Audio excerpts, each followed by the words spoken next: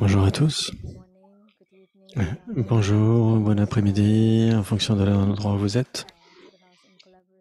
Tibet House, en collaboration avec plusieurs autres centres, organise ce 4e jour d'enseignement sur le Shalustamba Sutra en tibétain, le Salut Chambedo. Et nous allons demander à Genla de commencer l'avant-dernière session, et avant cela, pour les personnes qui sont en anglais, vous pouvez cliquer sur l'anglais, et pour les francophones, vous pouvez cliquer sur le français pour la traduction. Et pendant les interactions, vous pouvez bien sûr écouter les questions. Merci à tous. Et nous aurons la session de questions-réponses à la fin des enseignements de Genla. Et je vais demander à Acha Padonla de guider les prières. Merci. Tenzela, bonjour à tous. Donc, on va faire le partage d'écran.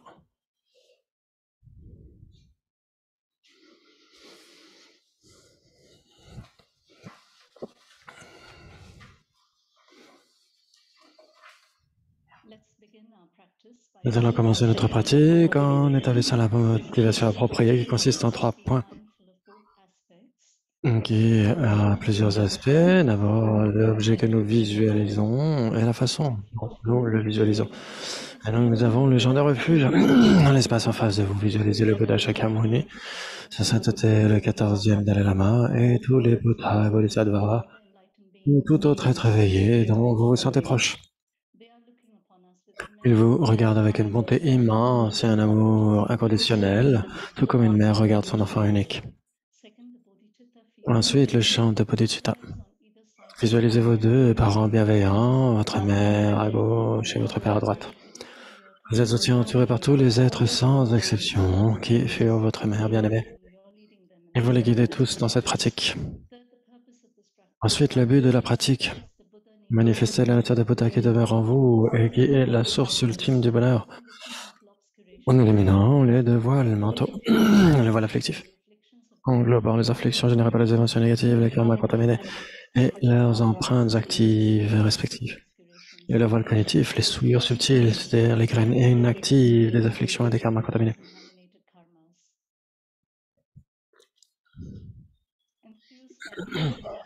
Je rends hommage à Gautama qui, par compassion, a enseigné le Saint Dharma afin d'écarter toutes les vues fausses. Je rends hommage à Gautama qui, par compassion, a enseigné le Saint Dharma afin d'écarter toutes les vues fausses. Je rends hommage à Gautama qui, par compassion, a enseigné le Saint Dharma afin d'écarter toutes les vues fausses.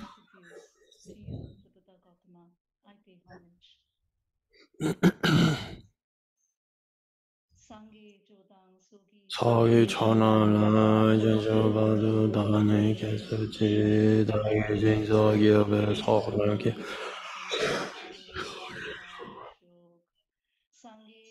Churan Sagi Chanala Janjabadu Dane Kesuchi Dagi Jinzagi Abe Sohranki Rura Benji Sangi Dhavani Churan Sagi Chanala Janjum Bardo Dane Kesuchi Dagi Jinzagi Abe Sohranki Rura Benji Sangi Dhavani.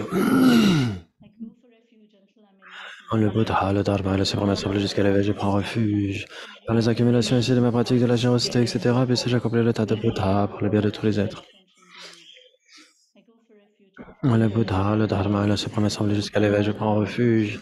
Par les accumulations ici de ma pratique de la générosité, etc., puisse-je accomplir l'état de Bouddha pour le bien de tous les êtres. En le Bouddha, le Dharma et la Suprême Assemblée jusqu'à l'éveil, je prends refuge. Par les accumulations ici de ma pratique de la générosité, etc., puisse-je accomplir l'état de Bouddha pour le bien de tous les êtres. Je me prosterne devant le parfait Bouddha suprême parmi tous les orateurs qui enseignent l'interdépendance dans laquelle il n'y a ni cessation, ni production, ni annihilation, ni permanence, ni venue, ni aller, ni différence, ni identité, l'auspicieuse paix libre de réification.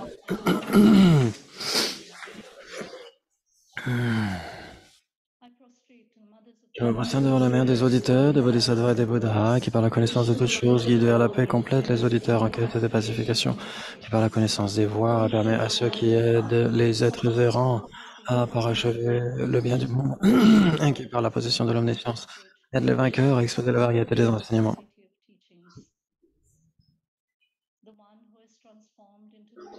Je me prosterne devant le maître, Sugata, protecteur qui, motivé par l'altruisme, est devenu une autorité valide dans enseignant aux êtres.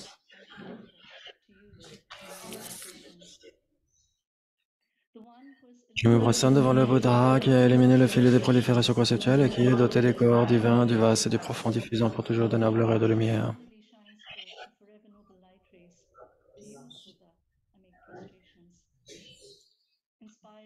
Inspiré par la sagesse et la compassion, aujourd'hui en la présence du Bouddha, je génère l'esprit d'éveil pour le bien de tous les êtres.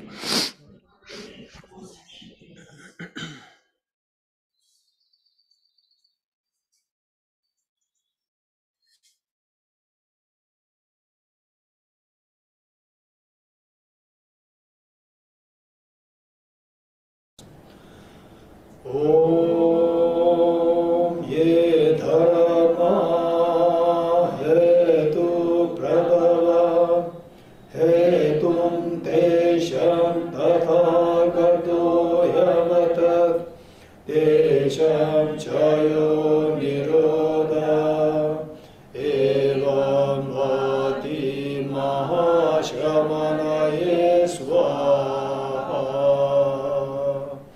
Om ye dharma hetu prabhava hetum tesham tathagato yavatat tesham chayo nirodha evam vati mahashramanaye swaha. Om ye dharma hetu prabhava hetum tesham tathagato yavatat tesham chayo nirodha evam vati mahashramanaye swaha.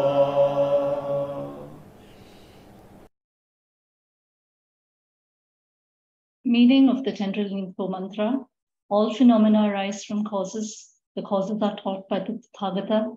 The cessation of the causes as well is taught by the great seer. Profound, peaceful, elaboration-free, clear light, and non-composite. Such is the nectar-like Dharma I've discovered. Finding no one to fathom this teaching, in silence, I will retire into the woods. Beyond utterance, thought, and expression is the perfection of wisdom, which is unborn, unceased, and has the nature of space. It is the object of apprehension of self-realized wisdom. To you, the mother of the Buddhas of the 3 times, I pay obeisance. The 4 seals of Buddha's teachings. All composite things are impermanent. All contaminated Tous les contaminés sont de la nature de la souffrance, tous les phénomènes sont vides et dénués de soi. Le nirvana est la paix. Le Guru est le Bouddha, le Guru est le Dharma, le Guru est la Sangha, le Guru est la source de tout ce qui est noble. Je prends refuge en le Guru. Par le son du vibrant tambour du Dharma, vous libérez tous les êtres de la souffrance. Je vous prie de bien vouloir demeurer et de donner les enseignements jusqu'à la fin d'innombrables milliards d'éons.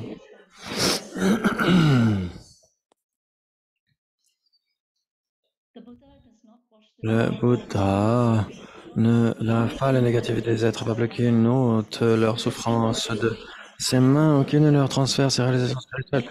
C'est parce qu'il leur enseigne la vérité de l'incité que les êtres sont libérés. Les mains jointes, je supplie les Bouddhas de tous les horizons d'allumer la lampe du Dharma pour nous tous qui sommes égarés de l'obscurité de la souffrance. Si vous êtes attaché à cette existence, vous n'êtes pas un pratiquant spirituel. Si vous êtes attaché au samsara, vous n'avez pas de renoncement.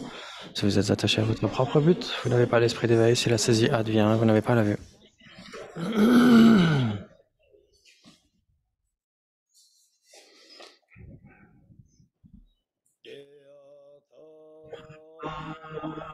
Om Gati Gati Paragati Parasamgati Bodhi Swaha Tyata Om Gati Gati Paragati Parasamgati Bodhi Swaha Tyata Om Gati Gati Paragati Parasamgati Bodhi Swaha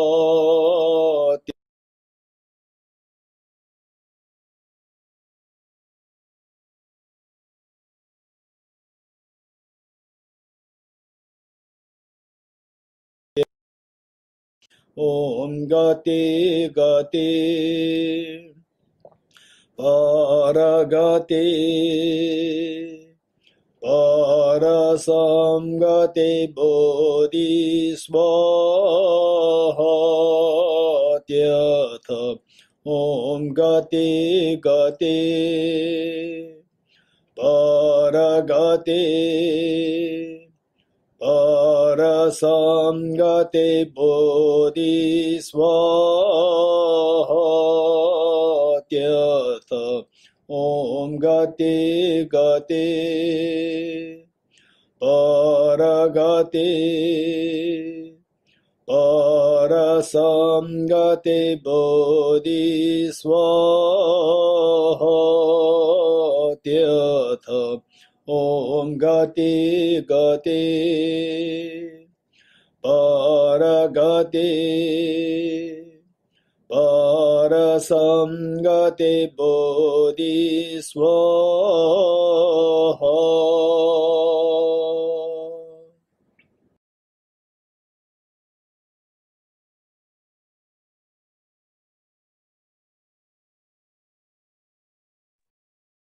Thank you, Ajay Pavanida. Now I'd like to request Kishila to proceed the session.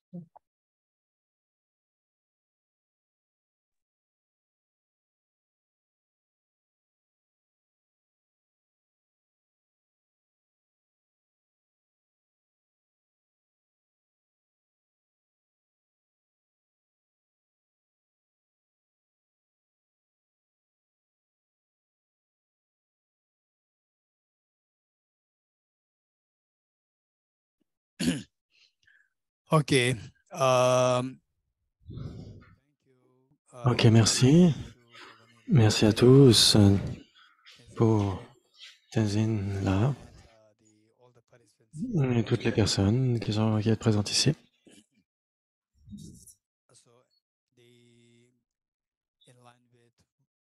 Donc, en accord avec ce que nous avons fait les jours précédents, nous allons pouvoir là aussi. Il ne fait aucun doute que c'est une grande opportunité pour nous d'extraire le meilleur, de se réunir ensemble. Et donc, c'est extrêmement précieux. Et donc, tout ce qu'on a fait tout à l'heure, on essaie de renforcer la visualisation que nous avons faite jusqu'à maintenant.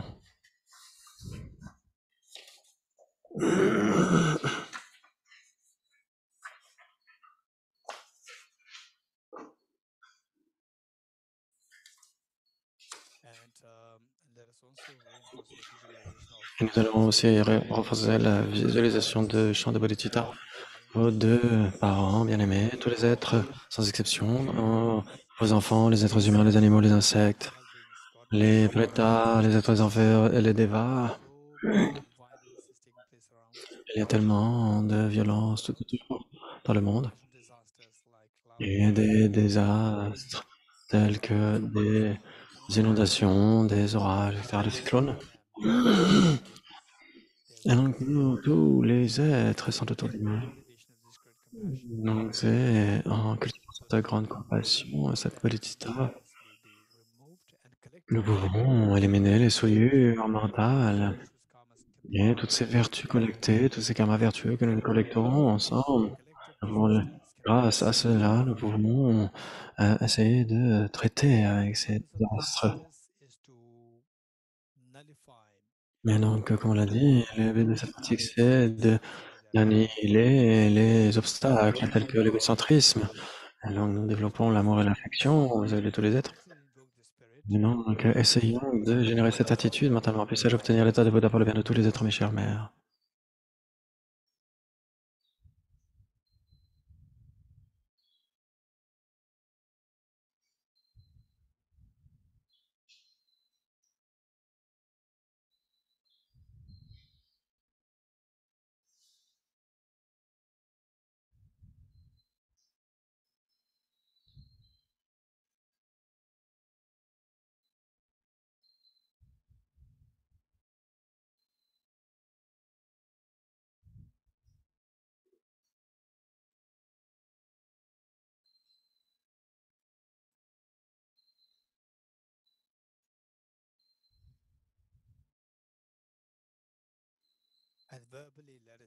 Et verbalement, nous disons ensemble 3 fois.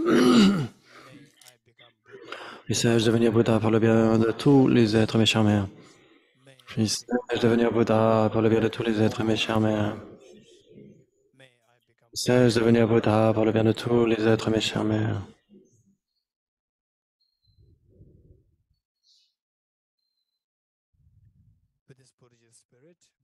Avec cette attitude, nous allons réciter ces strophes ensemble. Je prends refuge dans les 3 joyaux, je confesse toutes mes négativités individuellement, je me réjouis des vertus de tous les êtres, je maintiens le précieux éveil en mon cœur. Je prends refuge dans les 3 joyaux, je confesse toutes mes négativités individuellement, je me réjouis des vertus de tous les êtres. Je maintiens le précieux éveil en mon cœur, je prends refuge dans les 3 joyaux, je confesse toutes mes négativités individuellement, je me réjouis des vertus de tous les êtres. Je maintiens le précieux éveil en mon cœur. Guru Bouddha et Bodhisattva, s'il vous plaît, me prêter attention. De même que les Bouddhas dépassés ont généré l'attitude de Bodhicitta, de même qu'ils maintenaient avec succès la conduite de Bodhisattva, je vais moi aussi générer l'attitude de Bodhicitta pour le bien de tous les êtres et m'engagerai avec succès dans les pratiques des Bodhisattvas. Guru Bouddha et Bodhisattva, s'il vous plaît, me prêter attention. De même que les Bouddhas du passé ont généré l'attitude de Bodhicitta, de même qu'ils maintenaient avec succès la conduite des Bodhisattvas, je vais moi aussi générer l'attitude de Bodhicitta pour le bien de tous les êtres et m'engagerai avec succès dans les pratiques des Bodhisattvas. Guru Bouddha et Bodhisattva, s'il vous plaît, me prêter attention. De même que les Bouddhas du passé ont généré l'attitude de Bodhicitta, de même qu'ils maintenaient avec succès la conduite des Bodhisattvas, je vais moi aussi générer l'attitude de Bodhicitta pour le bien de tous les êtres et m'engagerai avec succès dans les pratiques des Bodhisattvas.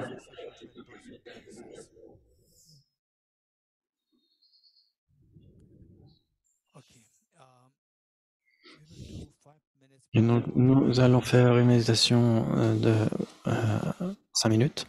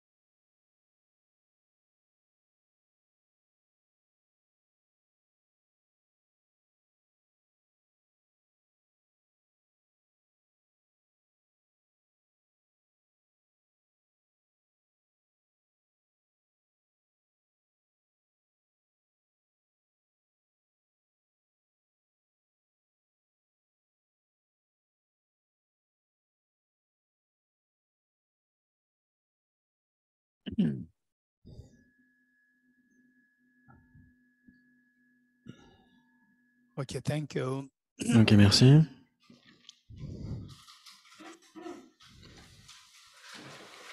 Where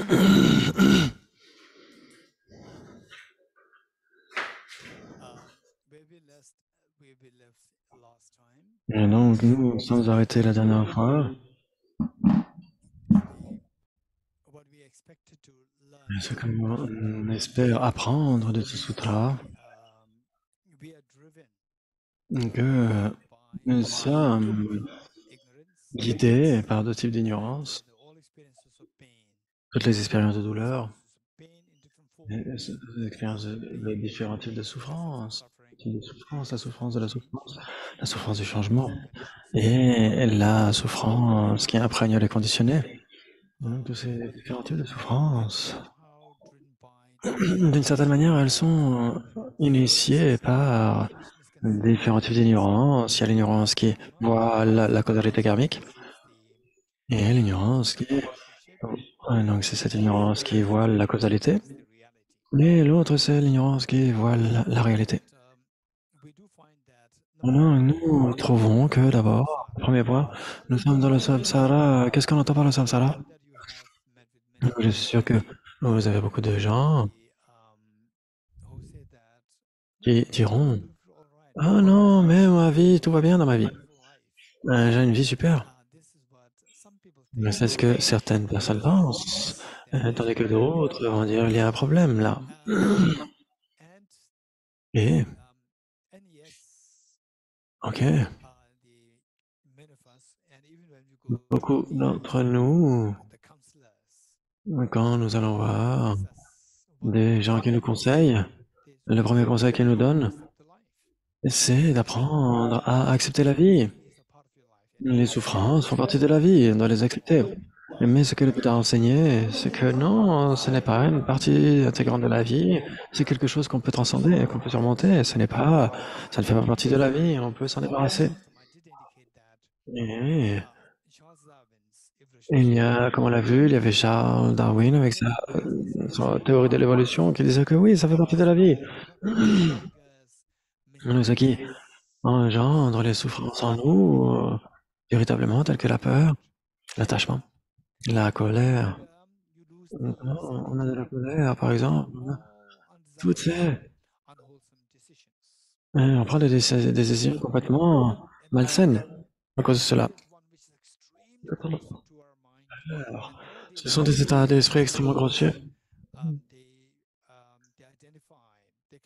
Donc, il y a des experts qui classifient la peur comme l'une des émotions négatives qui détruit notre système immunitaire, qui atténue de manière, elle consume totalement, elle épuise totalement notre système immunitaire. Et donc, quand le système immunitaire est terminé, on peut contracter n'importe quelle maladie. Et notre vie est en danger. Et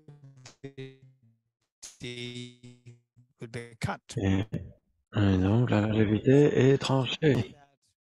On ne peut pas que la croyance, selon laquelle les peurs, l'attachement, la colère, etc., sont des instincts et sont des dons donnés par l'évolution, comme dit Charles Darwin. C'est l'évolution qui donne cela, et sans cela, on ne peut pas vraiment survivre. L'espèce ne pourrait pas se poursuivre, se perpétuer.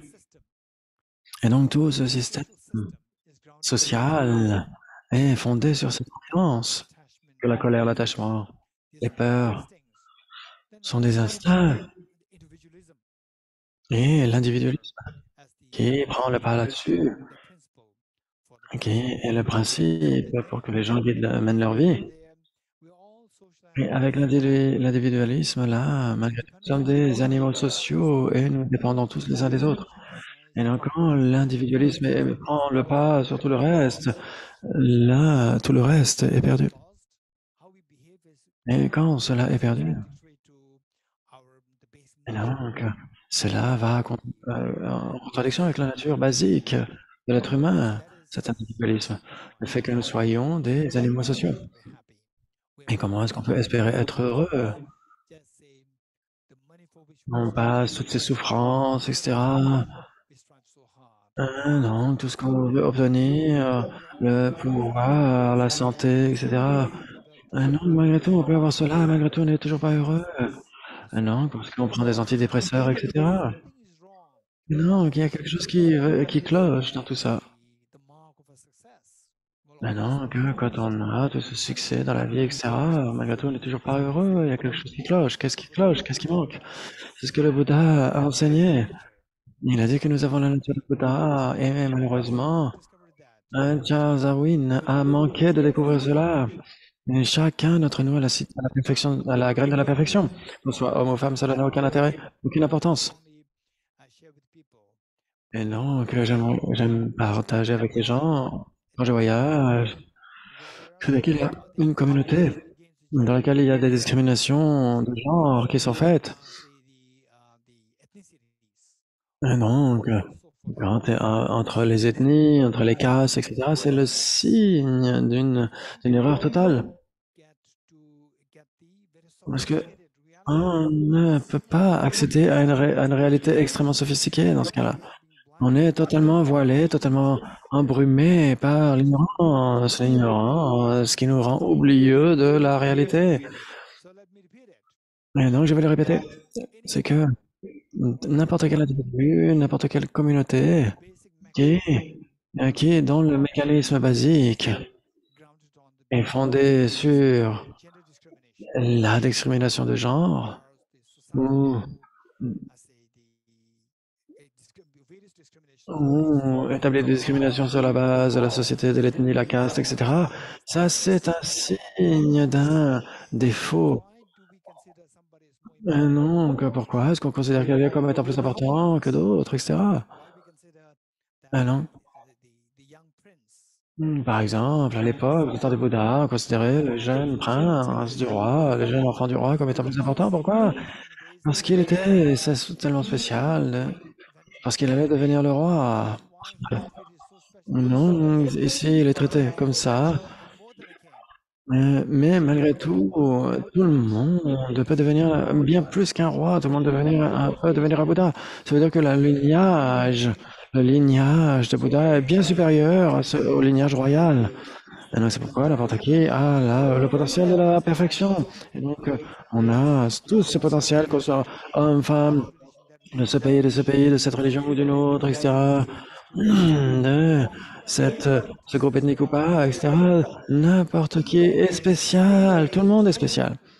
Tout le monde a la possibilité d'obtenir la perfection.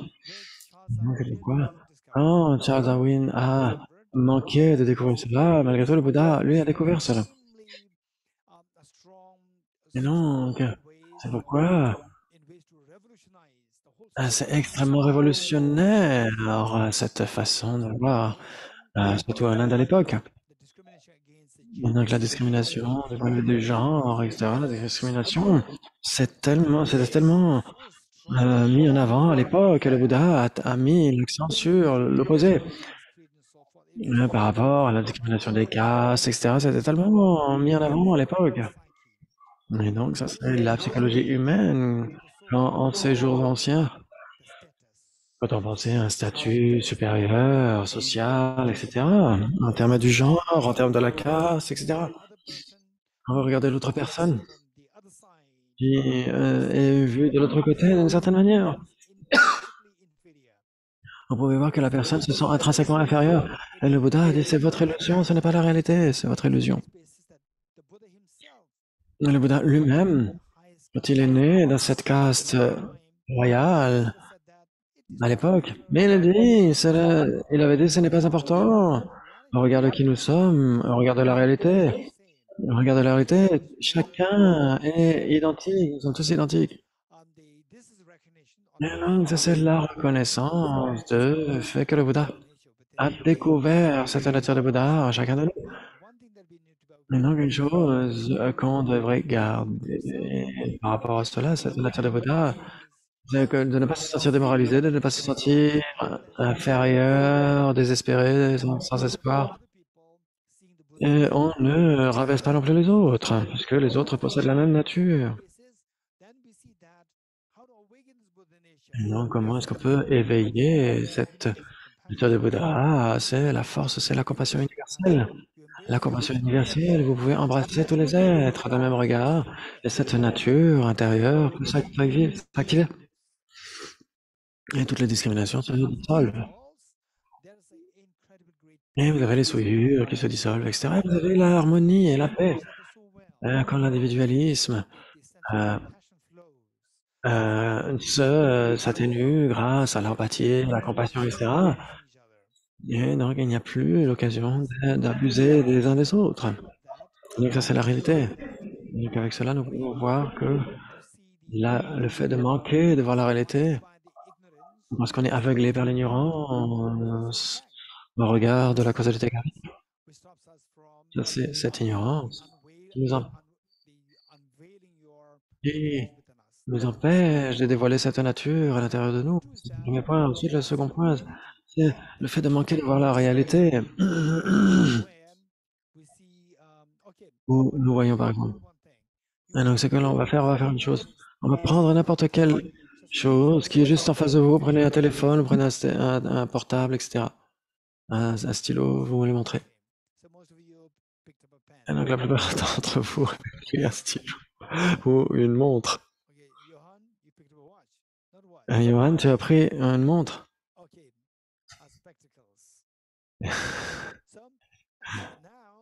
Et donc maintenant, vous regardez ce truc avec vos propres yeux. Et comment est-ce que cela vous apparaît? Est-ce que cela vous apparaît comme étant une illusion ou est-ce que cela apparaît comme étant si solidifié, si substantiel en face de vous? Comment est-ce que cela vous apparaît? Dites-moi. Qui veut en parler? Levez la main. Comment est-ce que cela vous apparaît? Jeffrey, quel est le nom de...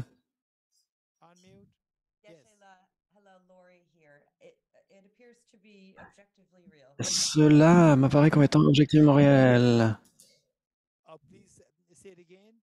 Dis-le à nouveau. Ton nom? Lorela.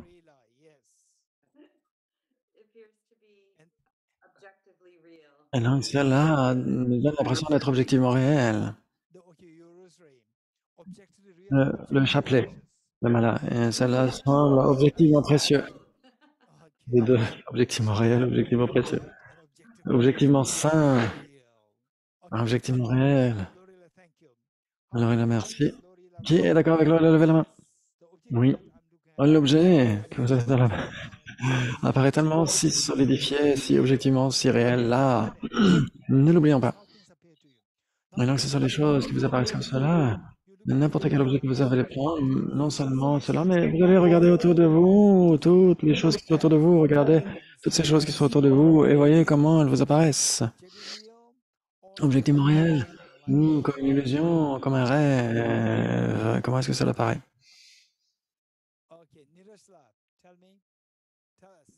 Dites-nous. Objectivement réel.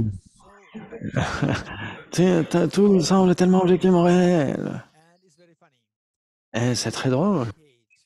Quand on médite sur votre esprit, on essaie de voir la vacuité du soi. Et on voit que cela implique tous les problèmes. Oh, mon voisin est un voisin horrible, etc. Oh, oh, la pollution de l'eau, le trafic, etc. Donc, tous ces problèmes, croyez-le ou non, essayez de penser à n'importe quel problème que vous avez dans la vie. Les problèmes qui vous rendent plutôt agité ou en colère. Donc, pensez à un problème. Et non, plutôt des problèmes un peu sévères. Et non, vous pensez simplement à cela. Et donc, ce problème, je ne vais pas vous demander, mais si je vous demandais, quel est le problème? La plupart du temps, le problème, vous allez pointer du doigt vers quelqu'un d'autre. Le temps, la personne, le voisin, le patron, votre mari, votre femme, vos enfants. Il y a toujours quelque chose à l'extérieur. Et vous allez pointer les doigts vers l'extérieur. Ça, c'est la réalité. Okay. So if that is the case, Ok, mais si c'est le cas, mind, gardez à l'esprit problem, que les problèmes, the same object, the le same même trigger, objet, le même the point same d'appui trigger qui problem in the initie mind, cela, it does not c'est à belong l'intérieur. to some other person. Donc, on ne peut pas mettre le doigt, pointer du doigt vers l'autre personne. Or Ce n'est pas nécessaire. some people, it does not serve as a Et problem. pour certaines personnes, ce même problème ne va pas être un problème. Qui est d'accord là? Levez la main. Very good. Pour certaines personnes, cette même personne ne va pas être un problème. Trigger, Donc cet objet qui va initier le problème pour moi, mais ce même objet ne va pas créer de problème pour les autres. Ça peut être un objet super, etc. Ça peut être plutôt neutre, etc.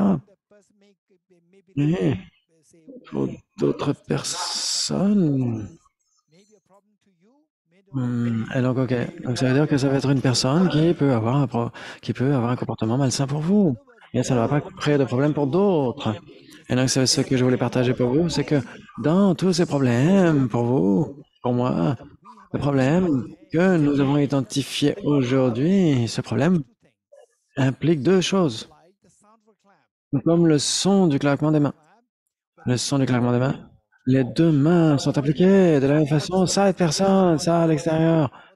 Qui est le problème qui est la raison de mes problèmes, ou le temps qu'elle fait, ou l'environnement. Il y a des gens qui disent, oh non, cet endroit est tellement mauvais. Je me souviens, il y avait certains de mes amis à Delhi qui disaient, ah Delhi, c'est tellement un endroit horrible pour la pratique du dharma, je ne peux pas pratiquer le dharma à Delhi. Même le mot Delhi, cela ne représente rien pour vous. Pourquoi blâmer Delhi? Et vous voulez aller ailleurs, et l'endroit.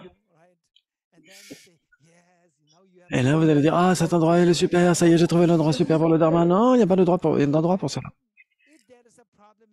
Et s'il y a un problème à Delhi, ce problème, c'est parce qu'il y a ce problème qu'on peut le comprendre avec la métaphore des deux mains qui claquent. Une main, c'est les facteurs extérieurs, l'autre main, ce sont les facteurs internes, vos propres facteurs internes. Ces deux arrivent ensemble et le son du problème se manifeste. Et les problèmes extérieurs, ils sont partout. Où que vous alliez, vous allez trouver des facteurs extérieurs. Ils sont toujours là. Et si vous n'y croyez pas, voyez, quand vous êtes par vous-même, vous êtes seul, par exemple avec le Covid, vous étiez en isolement, vous étiez en quarantaine, et vous vous sentiez seul, vous souffriez de solitude. Qui est d'accord avec moi? Levez la main. Avec la quarantaine surtout, avec le lockdown. Et ensuite, quand vous étiez avec les autres, oh, mais je n'ai pas de vie privée. Mais ça, c'est le problème. Quand vous êtes seul, vous dites, ah, je souffre de solitude. Et quand vous êtes avec les autres, vous dites, ah, je n'ai plus de vie privée. Et il n'y a pas de troisième possibilité. Il n'y a pas de troisième possibilité. Ou que vous alliez à l'Himalaya, etc., soit vous êtes seul, soit vous avez avec quelqu'un d'autre. Et si vous êtes à Delhi, il y a ces deux options. Dans l'Himalaya, il n'y a que deux options. Maintenant, je suis mis au départ, il a obtenu l'éveil. C'est le même endroit. Vous allez sur le même endroit. Est-ce que vous pourrez obtenir l'éveil, vous? Pourquoi? Parce que il y a là aussi ces deux facteurs. Ou soit vous êtes seul, soit vous êtes avec quelqu'un d'autre. Si vous êtes tout seul, vous allez vous sentir seul. Et encore, vous pourriez vous survivre seul pendant tant d'années. Ou alors que vous êtes avec quelqu'un d'autre, vous dites, ah, je n'ai plus de vie privée. Et encore, vous allez voyager.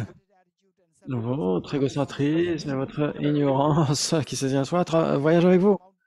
Où que vous allez dans les Himalayas. Ah, ça c'est Delhi, c'est horrible. Ah oui, j'ai des amis qui blâment Delhi.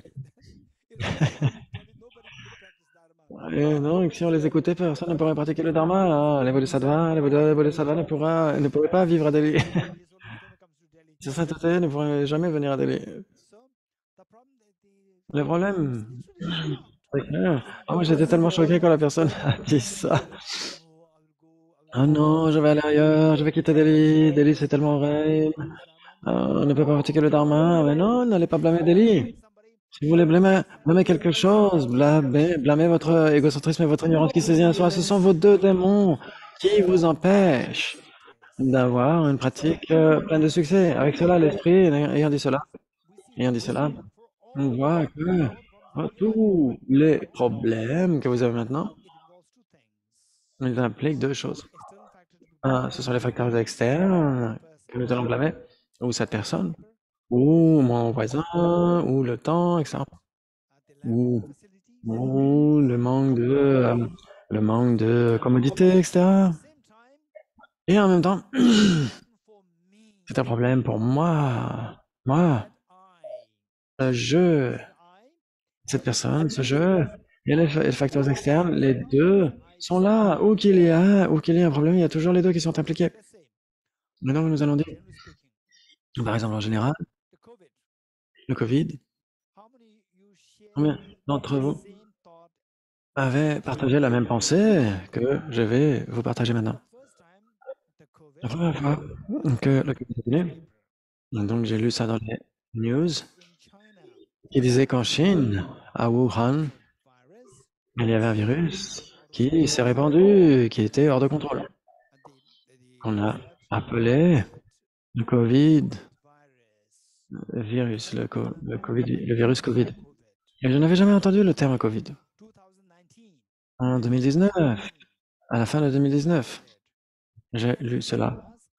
Mais en classe, j'ai dit, oh, regardez, c'est ce qui se passe. Et après 1 ou 2 mois, c'est ce qui est arrivé dans mon esprit. Il n'y avait pas de peur du tout, vous comprenez? Et beaucoup de gens, il y avait parmi les 8 milliards d'êtres humains, il y avait 7,99 milliards d'êtres humains qui n'avaient même pas entendu parler de Covid-19 à cette époque.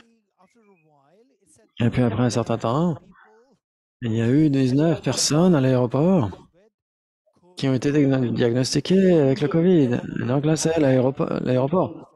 Là, c'est 20 ou 30 km de Tibet House. Là, c'était plus proche et là, j'ai ressenti quelque chose. Et ensuite, et là, je me disais, oh, il y avait 49 personnes qui étaient hospitalisées à Delhi, à l'hôpital. Et le gouvernement a dit, ok, toutes ces communautés, tous ces centres culturels, etc., ils doivent fermer. Malgré tout, on voyait que personne n'avait le Covid autour de nous. Mais on avait quand même la peur qui était là, qui a commencé à survenir. Et puis, les gens ont dit, ah, dans ce bâtiment, il y a quelqu'un qui a le Covid.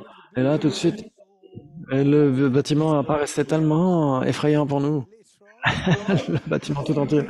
Et après, les gens à l'intérieur, ils commençaient à être diagnostiqués avec le Covid. Et donc, c'est très effrayant. Donc, ce qu'on a vu, c'est que ces problèmes, ces facteurs extérieurs, en tant que tels, ils ne sont pas vraiment les problèmes. Quand c'est loin, on ne le voit pas comme un problème. Mais quand ça se rapproche de quelqu'un qui est moi, quand ça se rapproche, de plus en plus proche, et là, la peur commence à survenir. C'est désigné comme étant un problème. Qui est d'accord avec moi? Levez la main. Bien. Et donc, d'une certaine manière, ce que je dis, c'est que dans tous nos problèmes, il y a les facteurs externes et les facteurs internes qui sont là, et les deux se rencontrent. Et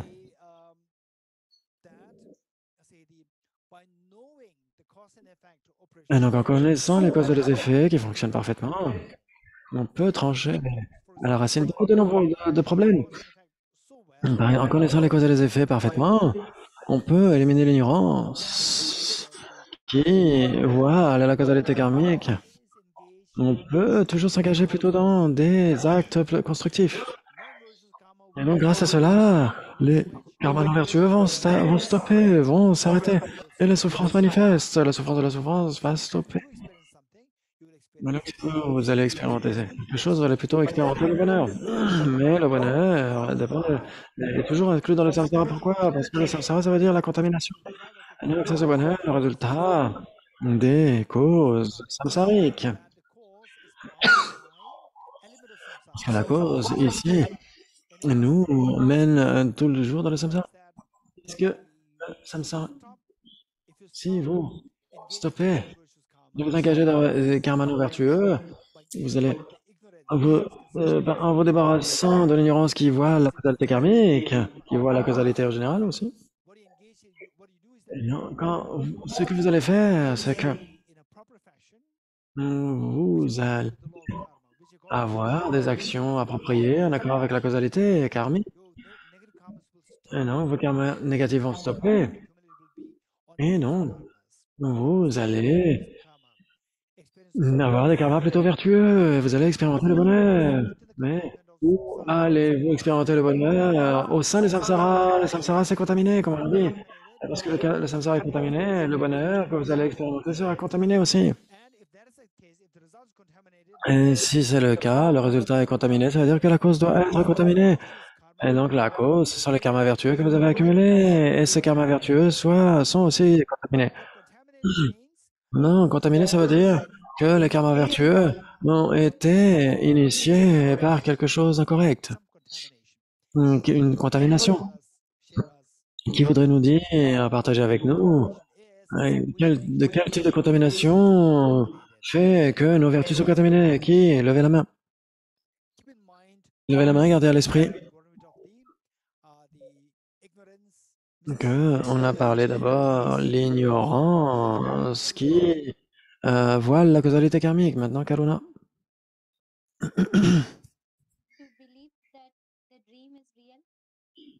C'est la croyance que le rêve est réel, de croire que le rêve est réel. C'est l'ignorance qui nous fait croire que tout est comme un rêve, tout est comme un rêve, mais on le voit comme réel. Par exemple, si on prend ce stylo, etc., vous avez tous partagé avec moi le fait que cela apparaît tellement réel, tellement objectivement réel. Mais en réalité, le rêve est subjectivement créé, il n'est pas objectivement réel. Tout est comme un rêve, tout vient de notre esprit et rien n'appartient à l'objet lui-même. Et donc, mais malgré tout, on croit que les choses sont objectivement réelles. C'est l'ignorance. Cette ignorance est la contamination. Et quoi que vous fassiez avec cette croyance, dans votre vie, qui avait n'importe quelle vertu que vous avez développée dans la vie, essayez d'y penser. Levez la main en disant, vous avez fait une action vertueuse qui a rendu les autres heureux. Levez la main. Et donc, au moins une fois dans votre vie, qui a fait quelque chose de bien. Levez la main. Qui d'entre vous? Est-ce que vous vous souvenez d'au moins un certain degré de vertu que vous avez fait dans la vie? Hans? Est-ce que tu n'as pas eu d'acte vertueux? Pourtant, son sourire reflète la vertu. Son sourire expansif, il rend tout le monde heureux. Et donc on voit que tout le monde s'est engagé dans un type de vertu, mais pensez à une vertu que vous avez effectuée dans la vie, accumulée dans la vie. Et donc, peut-être que vous n'allez pas le partager avec nous, mais essayez d'y réfléchir. Bien que cette vertu, vous l'avez effectuée en relation avec le Bodhisattva, ou en relation avec votre voisin, ou avec la communauté, ou un service social, etc., ou les membres de la famille, quoi que ce soit. Donc cette vertu, elle a été faite vis-à-vis de quelque chose qui... Comment est-ce que cet objet vous est apparu? Cet objet vous est apparu avec lequel, en fonction duquel vous avez accumulé la vertu. Comment est-ce que cet objet vous est apparu? Comme étant réel, objectivement réel, ou comme un rêve? Levez la main. Qui? Anne-Sophie?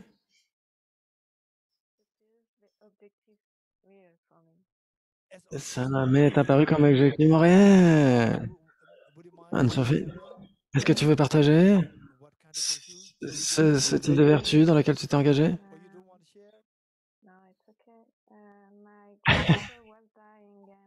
Grand-mère était en train de mourir.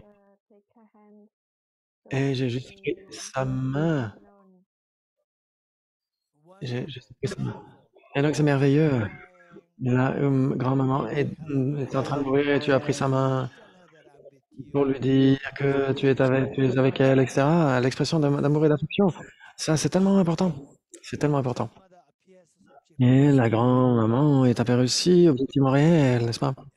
Jeffrey là, Jeffrey là. Yes, Geshe-la, very objectively real. Oui, très objectivement réel. Est-ce que tu veux partager ton expérience de cette vertu? We had the great fortune of taking care of On a été extrêmement fortunés the last couple of de prendre soin de Geshe Wangdak à la fin de sa vie. very objectively real. Et donc oui, ça semblait très objectivement réel, surtout vers la fin. yes, the Namgyal Khyentse machine. Et donc, Geshe Wangdak Rinpoche est si précieux. The honor of having received teachings from him. Et donc, on a eu l'honneur de recevoir des enseignements de lui. On était très fortunés. So we see things. Et donc, on voit des choses, non, même des offrandes au Bouddha Bodhisattva, etc. On les voit comme étant objectivement réels. Et donc, la réalité, c'est que rien n'existe de manière purement objective. Même la vertu dans laquelle vous engagez, la vertu dans laquelle vous engagez, mais si cela apparaît comme étant objectivement réel, malgré tout, cette souillure, c'est la contamination.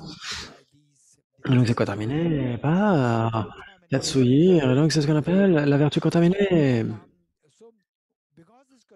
Et donc parce que c'est contaminé, la contamination veut dire que c'est ce qui nous lie au samsara. Donc les résultats de ces vertus contaminées, elles vont mûrir dans le samsara. Et donc qu'est-ce que le samsara Qu'est-ce que le samsara? Qui veut nous en parler?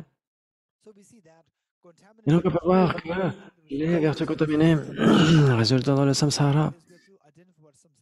Et donc il faut identifier ce qu'est le samsara. Qui veut lever la main?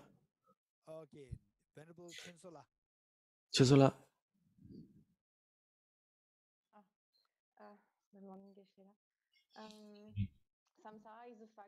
Samsara est le fait que nous cyclons encore et encore la mort, la naissance, la mort et la mort sans le contrôle, mais sous le contrôle du karma des afflictions.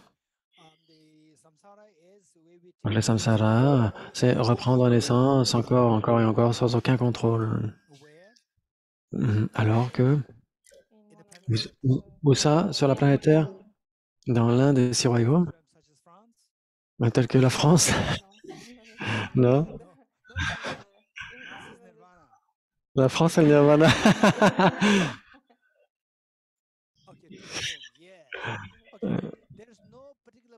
Il n'y a pas de lieu particulier qui dirait c'est le samsara, vous comprenez? C'est si important et c'est incroyable. Ok, il y a des gens qui disent que le Bouddha et le Bodhisattva, les Bodhisattvas sont encore même plus grands que le Bouddha. Il y a des gens qui sont tellement naïfs. Le Bouddha, ils obtiennent l'éveil et ils quittent le samsara. Les Bodhisattvas, ce sont ceux qui prient. Puissais-je revenir encore et encore dans le samsara? Et donc, c'est comme s'il y avait les terres de Bouddha, les Bouddhas ont quitté, ils sont allés là, et les Bodhisattvas, eux, renaissent dans le samsara, c'est là où nous sommes maintenant. Et donc, ils sont là où nous sommes, dans le samsara, etc. Et donc, ils prennent soin de nous. Et donc, il y a tous ces chefs d'État, etc., qui se battent pour le siège, etc., etc. Et pas uniquement les leaders, mais aussi tous les gens qui sont autour, etc., la famille, on se dit c'est ça le samsara. Ça, c'est le vrai samsara, n'est-ce pas? Non, on se dit c'est un endroit, mais ce n'est pas un endroit, vous comprenez? Mais le monde dans lequel nous vivons, est-ce que c'est le samsara ou pas? Techniquement parlant, le samsara n'est pas défini comme étant un endroit spécifique là. Ce qu'est le samsara, c'est comme l'a dit Vénérable Chisola, C'est contextuel.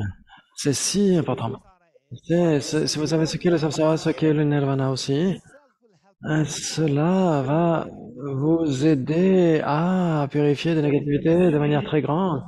Parce que les karmas négatifs qui sont créés sur la croyance que les choses existent de manière objective. Donc là où nous voyons les choses comme existant de manière purement objective, et donc on ne connaît pas bien ce qu'est le samsara, ce qu'est le nirvana. Quand vous comprenez vraiment ce que c'est, à ce moment-là vous comprenez la réalité, elle apparaît très clairement. Et grâce à cela, l'ignorance qui voile la réalité diminue, elle s'atténue. Elle s'atténue, et donc, parce que c'est le fondement de tous les karmas négatifs. Et donc tout cela tremble à la racine. Et quand ça tremble à la racine, tous les karmas négatifs qui ont été accumulés sur le coup de cela vont aussi s'écrouler. Et donc c'est pourquoi se purifier, c'est tellement précieux. Avec cette connexion-là, je voulais employer un exemple simple dans cette session et au cours de la session suivante. On essaiera de faire une méditation sur ce qu'est la vacuité. Ok. Et donc disons que on veut tous aller sur le mont Kailash, vers le mont Kailash.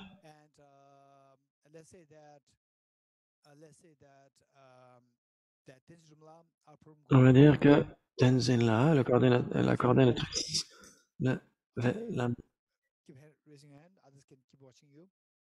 pour qu'on voit qui tu es, je ne vois pas. Donc, nous dit, Tenzin-la va nous dire, ok, nous allons au mont Kailash, elle va organiser cela. Tenzin, c'est là. Ok, donc c'est Tibet House. Et donc elle va nous dire, ok, il y a de la neige là-bas. Et donc on doit prendre ces verres fumés. Ok, merci. Merci. Et donc elle voit qu'il y a beaucoup de gens qui sont là. Et donc il y a un magasin qui vend des verres, des lunettes. Et donc il y en a, vous avez un magasin A et un magasin B, et un magasin A avec des lunettes extrêmement claires qui sont vraiment super, et des verres glaces, des verres fumés, etc. Et il y a un autre magasin où c'est une très mauvaise qualité, avec des verres un peu sales, etc. Et vous avez groupe A et groupe B qui vont aller chercher des lunettes de soleil. Et ensuite, on va tous aller au Mont Kailash. Et Bezela va dire, ok, on doit montrer du respect. Mont Kailash, c'est tellement merveilleux. Oh. Et donc on va tous aller là. Le groupe A regarde le Mont Kailash. Et ils vont tous voir pour la première fois. Et le groupe A dit, c'est tellement magnifique, on va juste faire une présentation. Buddham Sharanam Gacchami, Dharmam Sharanam Gacchami, Sangam Sharanam Gacchami. Et donc ici, on est tellement tous heureux. Le groupe B regarde cela et au lieu de voir cet endroit tellement propre, il le voit tellement sale. C'est tellement sale. Et le groupe A fait des prosternations avec tellement d'enthousiasme. Le groupe B fait des prosternations un peu à reculons. Ah, Buddham, Sharanam Gacchami. Devant ce cas-là, c'est très sale. Alors, ma question, c'est que le groupe A voit le Mont Kailash tellement bien, de manière tellement propre, et le groupe B le voit tellement sale. Est-ce que c'est le Mont Kailash un seul ou est-ce qu'il y en a différents? Est-ce qu'il y en a deux différents? Non, c'est le même. Et donc, comment est-ce que le même Mont Kailash peut apparaître selon deux formes différentes, deux groupes différents, groupe A et groupe B? Le groupe A voit le Mont Kailash. La question, quand le groupe A voit le Mont Kailash, est-ce que le Mont Kailash apparaît propre vis-à-vis de nos propres lunettes ou du côté de l'objet? Qui? Alexei? Qu'est-ce que tu en penses? Qu'est-ce que tu préfères quoi? Tu préfères voir le Mont Kailash comme étant propre du point de vue de tes lunettes ou du point de vue ou avec des lunettes sales? des lunettes propres. Donc imagine que tu regardes le Mont Kailash avec des lunettes propres. Et le Mont Kailash apparaît tellement merveilleux du côté de l'objet, ou est-ce qu'il apparaît propre au regard des lunettes qu'on porte? Comment est-ce que cela nous apparaît? Pour moi, cela apparaît comme étant propre du côté de l'objet. Du côté de l'objet, très bien. Et donc on va dire que une autre personne qui regarde les choses avec ses lunettes sales. Maintenant, vous allez regarder le Mont Kailash comme étant sale, etc., comme étant malpropre, etc. Et donc, quand le Mont Kailash vous apparaît comme étant, qu'en n'étant pas propre, est-ce qu'il apparaît comme ça du côté des lunettes ou c'est vraiment très simple cet exemple. Je prends l'exemple du Mont Kailash, mais je ne pense pas que vous iriez là-bas, mais vous avez ce verre d'eau, c'est pareil, c'est plus simple. Là, vous le regardez, et donc, vous avez des lunettes très propres qui sont, vous avez par exemple, oui, parce que c'est le même mot en anglais, ok, donc vous avez un verre très propre, et vous avez un autre verre qui est un petit peu huileux, etc. Et vous mettez de l'eau. Et non, maintenant, à l'intérieur, c'est toujours les deux contiennent la même eau, la même qualité. Mais de l'extérieur, on voit l'eau très propre au travers d'un verre très propre, et l'autre, l'eau à travers un verre sale. Et non, est-ce que c'est le même Mont Kailash? Est-ce que c'est deux Monts Kailash différents? C'est le même Mont Kailash, mais le même Mont Kailash est vu de deux façons différentes. Il est vu objectivement propre ou objectivement sale. Mais le même monde dans lequel nous vivons, le même Mont Kailash, qui est extrêmement propre, au regard de la perspective qui voit le Mont Kailash à travers des lunettes propres. Et donc, ça semble être le Nirvana, tellement pur d'impureté, dénué d'impureté. Et vous avez le même Mont Kailash qui est vu au travers des lunettes sales. Oh, le Kailash est sale. Et ça, c'est le samsara. De la même façon. Et qu'est-ce qui fait la différence de voir le même objet comme étant propre ou comme étant sale? Cela dépend des lunettes. De la même façon, nous regardons le monde au travers des lunettes de notre propre esprit.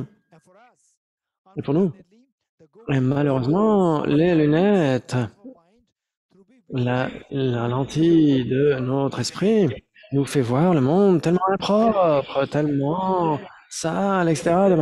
Malheureusement, c'est tellement voilé, tellement associé au voile karmique, etc.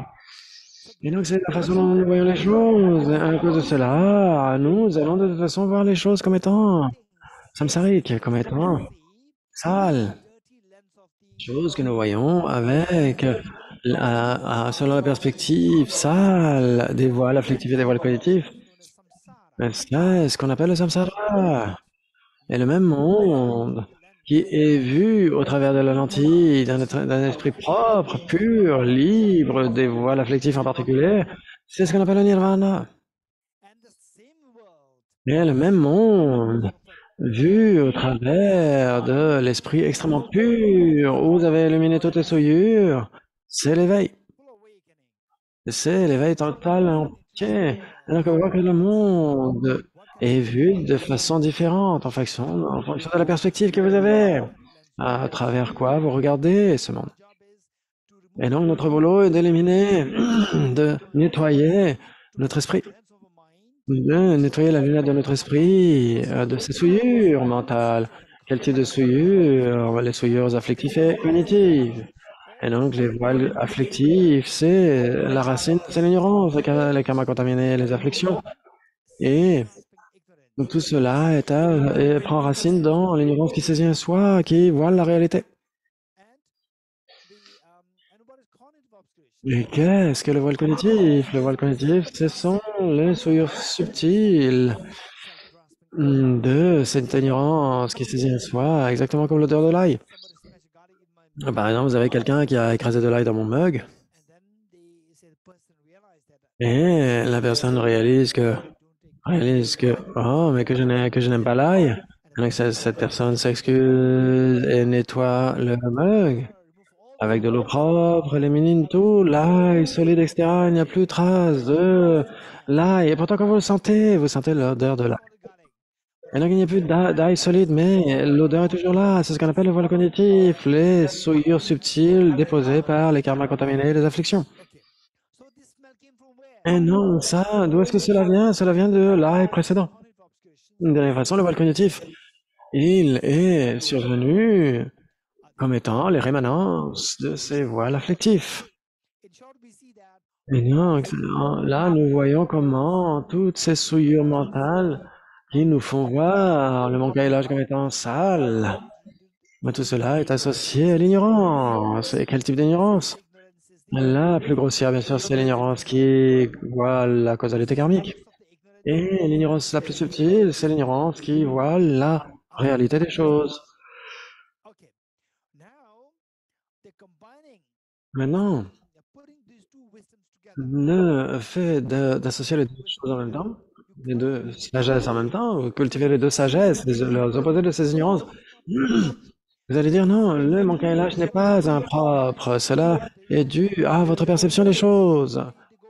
Vous retirez les lunettes sales et vous mettez les lunettes propres et vous allez voir que le manque-à-élage est vraiment propre.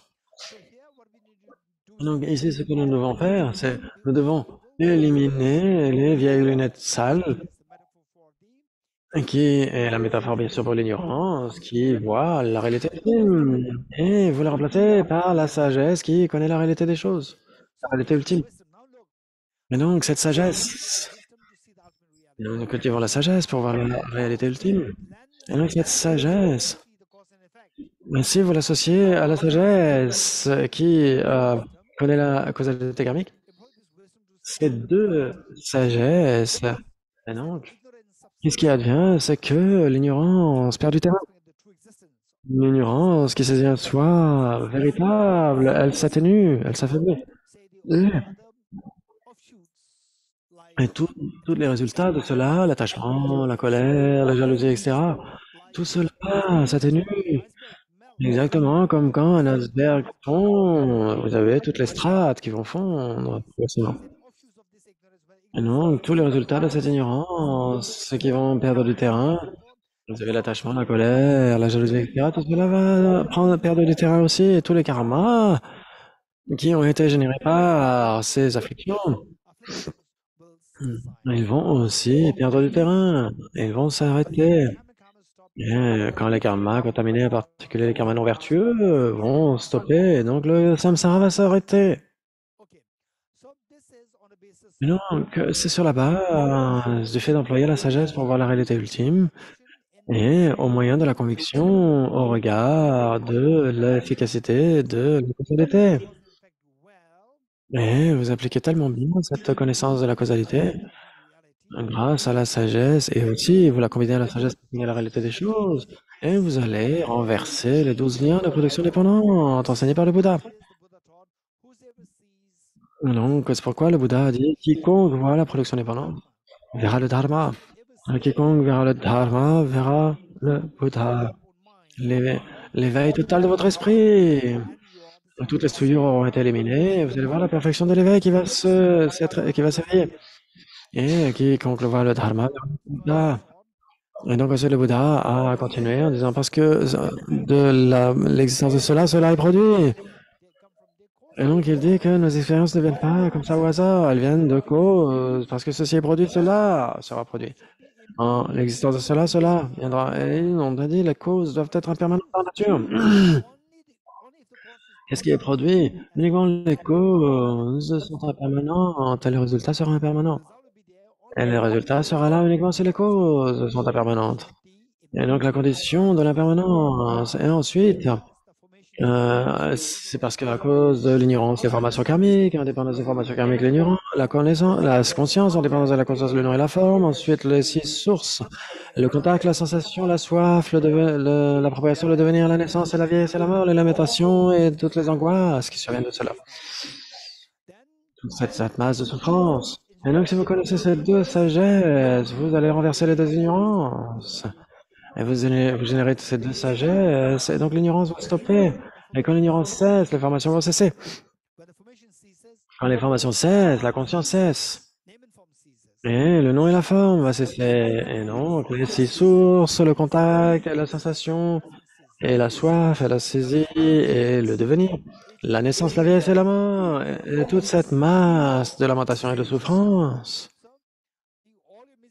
Alors, toutes ces souffrances vont être éliminées grâce à cette illumination des deux sagesses. Et donc l'ignorance va être éliminée, et donc on va pouvoir renverser les 12 liens. Et donc c'est ici ce qu'on doit garder à l'esprit. Avec cela à l'esprit, nous allons continuer de là où nous en étions.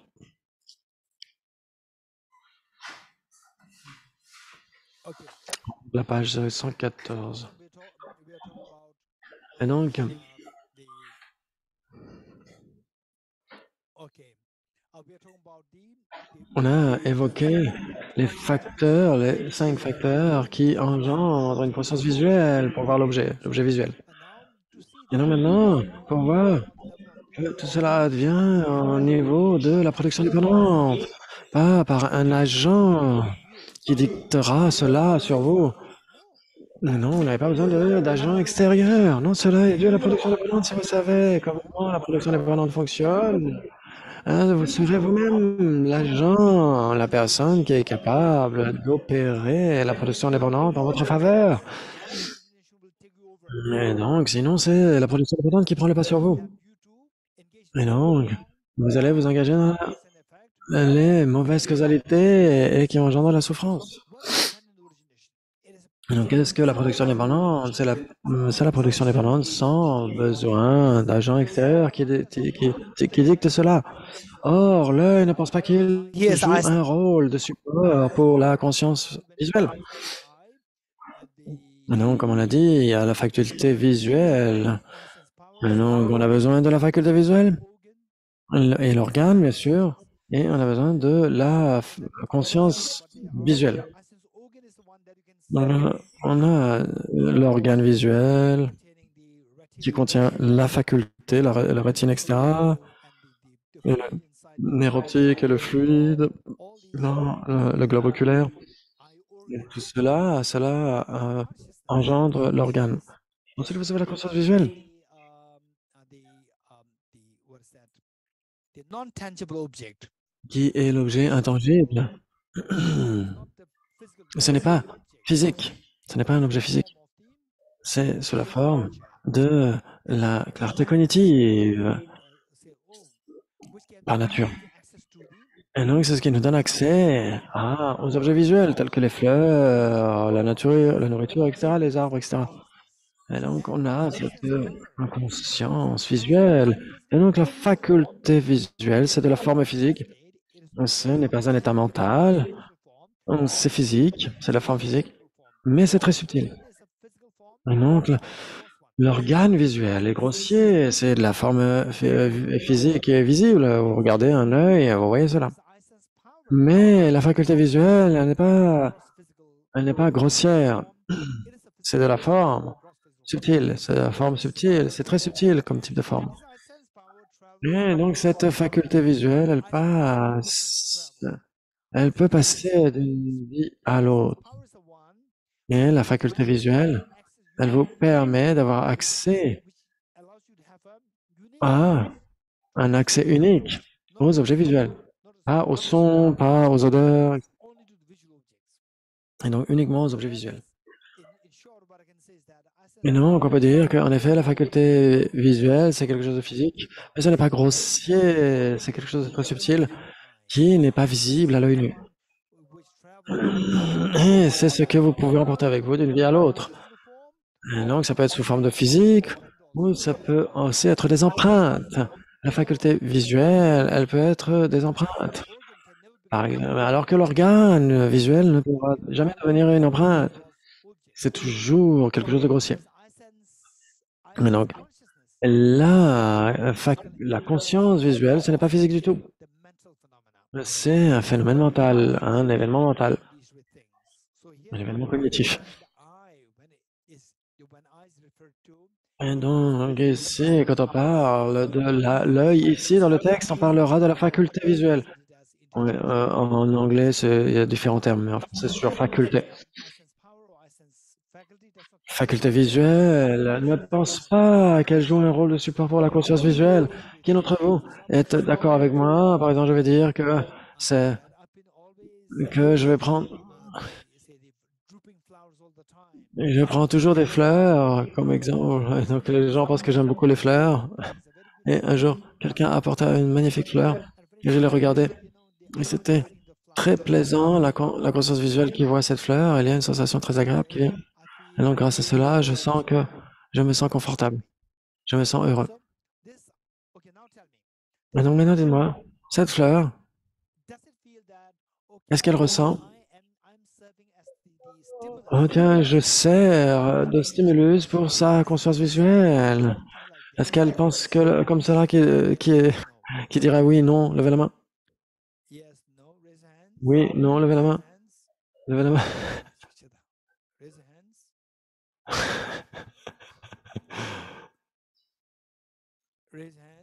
Levez la main.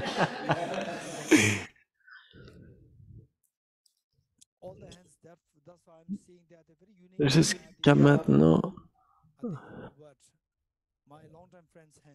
ce sont des mains de mes vieux amis. Hans.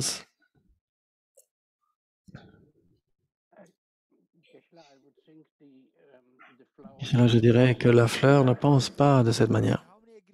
Qui est d'accord avec Hans? Levez la main. Oui, bien sûr que la fleur ne pense pas. Ah, tiens, je sers de stimulus pour sa conscience visuelle. Maintenant, la faculté visuelle. La faculté visuelle, ou même l'organe, on va dire l'organe visuel. Est-ce qu'il pense, oh, ok, je suis en train de soutenir sa conscience visuelle, comme ça sa conscience visuelle pourra avoir accès pour que Geshe-Dodjandul puisse voir la fleur?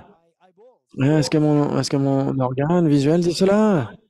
Je suis en train de dire, je suis le support de la conscience visuelle pour que Geshe-Dodjandul puisse voir la fleur. Est-ce qu'on pense comme ça? Oui, non, non, levez la main. Oui. Et la conscience visuelle, est-ce qu'elle pense, oh, je suis en train de voir une fleur grâce à la faculté visuelle, etc. Je suis la conscience visuelle, je suis tellement chanceuse de pouvoir voir la fleur. On pense comme ça? Non, non, oui, non, non. Bien, c'est juste une pure production dépendante où les facteurs viennent ensemble et on est capable de voir la fleur. C'est juste une production dépendante. Il n'y a pas d'agent extérieur ici qui déciderait de cela, qui vous dirait ok, je vais vous soutenir pour que vous puissiez voir la fleur extérieure. C'est juste une production dépendante. Donc, on va revenir au texte.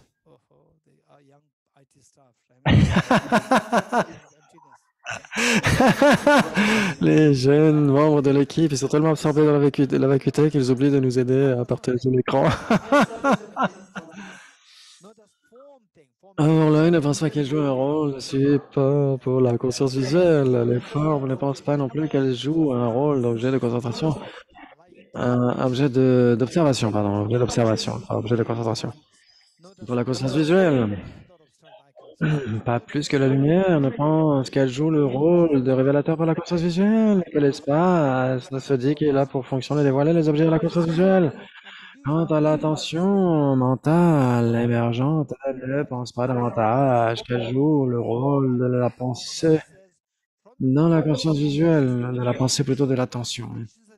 La conscience visuelle elle-même ne pense pas qu'elle se développe du fait de toutes ces conditions. Et cependant, c'est bien la présence de toutes ces conditions cependant, c'est bien de la présence de toutes ces conditions que naît la conscience visuelle. En est-il pour chacune des autres facultés sensorielles? Ok. La première partie est faite. Ensuite, il n'y a rien qui transmigre. Donc, le deuxième paragraphe, page 114. En cela, il n'y a rien qui transmigre de ce monde dans un autre monde. Et donc, on avait vu les aspects par rapport à la production dépendante extérieure avec la fleur, etc., etc. Et ensuite, on a la production dépendante interne. En cela, il n'y a rien qui transmigre de ce monde dans un autre monde. Et donc, si c'est la production dépendante interne, ça veut dire la personne meurt et renaît dans la prochaine vie. Et donc, il n'y a rien qui va transmigrer de cette existence à l'autre. Et ça, c'est extrêmement important. Et nous, tous, alors qu'on pense, ah, moi je suis bouddhiste, on pense, anatta, ça veut dire anatman, c'est le non-soi. Mais malgré tout, on est persuadé qu'il y a quelqu'un qui passe d'une vie à l'autre. Ma question.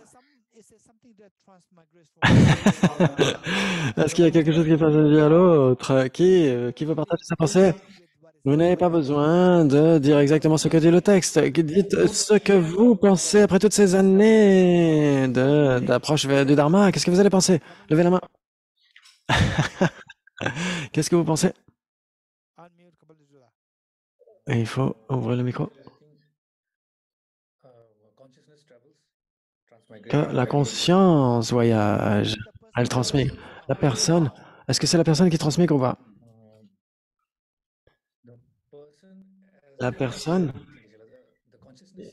et je dirais plutôt la conscience. Comme à l'au-delà, il a vu le texte, et donc il veut dire quelque chose d'assez différent. Maintenant, il va dire quelque chose contre le texte. Merci beaucoup, Karma l'au-delà maintenant. Qui levez la main? Yes, Geshe-la. The mere I. Le simple jeu qui transmigre. Le simple jeu, le simple soi. Le soi qui transmigre. Le soi qui passe d'une vie à l'autre. Et non comme à l'au-delà, c'est la conscience qui passe d'une vie à l'autre. Qui d'autre? Levez la main. Donc, qui est d'accord avec comme à l'au-delà? La conscience qui passe d'une vie à l'autre. Ok. Et quand on dit la conscience qui passe d'une vie à l'autre, et non, et vous comprenez, ça veut dire que, est-ce que c'est ça la personne? La conscience ou l'esprit qui passe d'une vie à l'autre? Qui dit cela? Que c'est la conscience qui passe d'une vie à l'autre?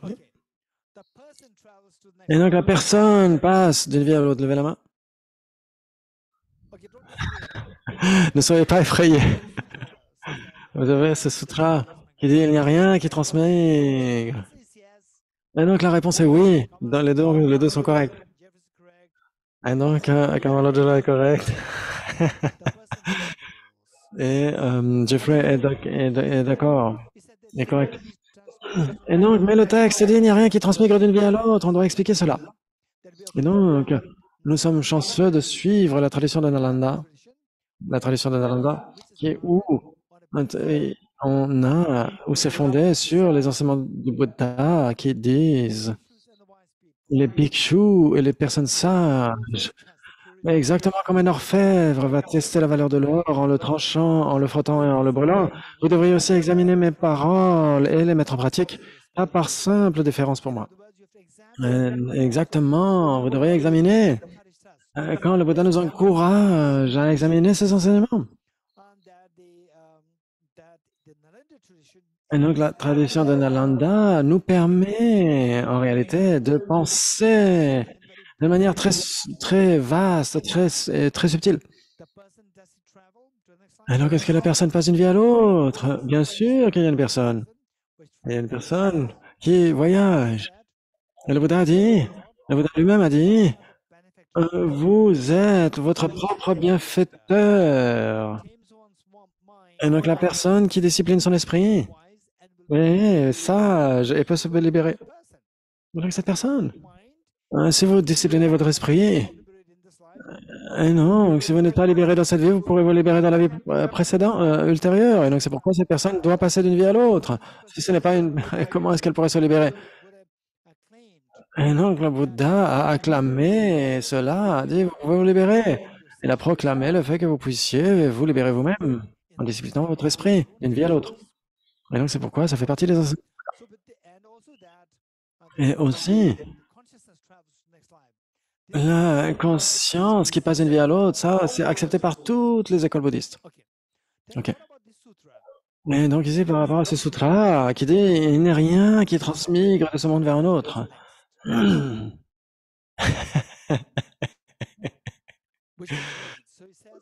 donc il transmigre. Or cela, il n'y a rien qui transmigre de ce monde dans un autre monde. Qu'est-ce que cela veut dire, Okay. So let's say cette ligne? Et donc, on va dire que particularly when you were a small quand, en particulier, on était un jeune enfant, n'est-ce pas?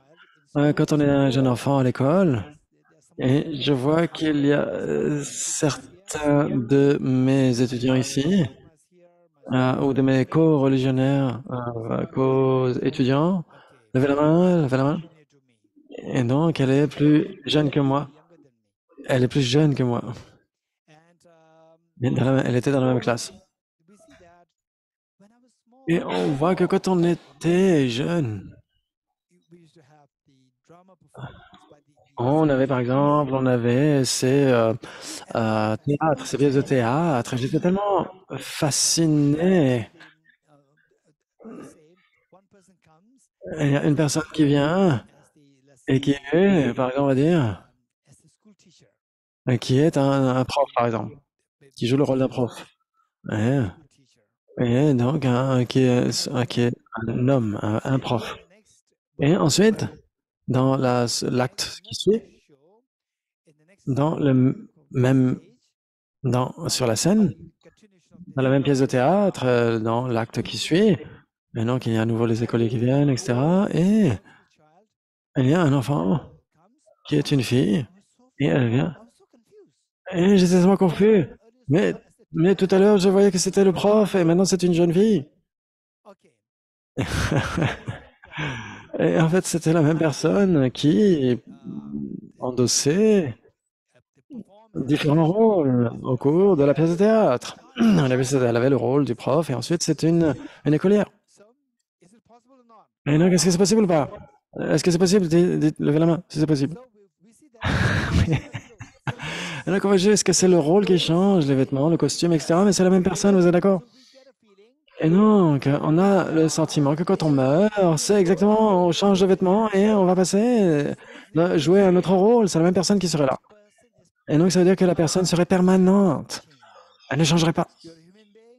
Et donc, vous êtes un garçon, une fille, etc.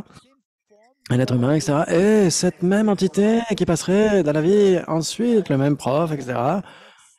Et donc, exactement comme un acteur qui change de costume. Et donc, comme cette fille qui était un prof d'abord et ensuite une jeune fille. Et moi, j'étais tellement confus quand j'étais jeune, petit. Et non, parce que moi, je pensais que les choses étaient tellement intrinsèquement réelles. Et non, maintenant, c'est très différent. C'est la même personne qui avait simplement des costumes différents.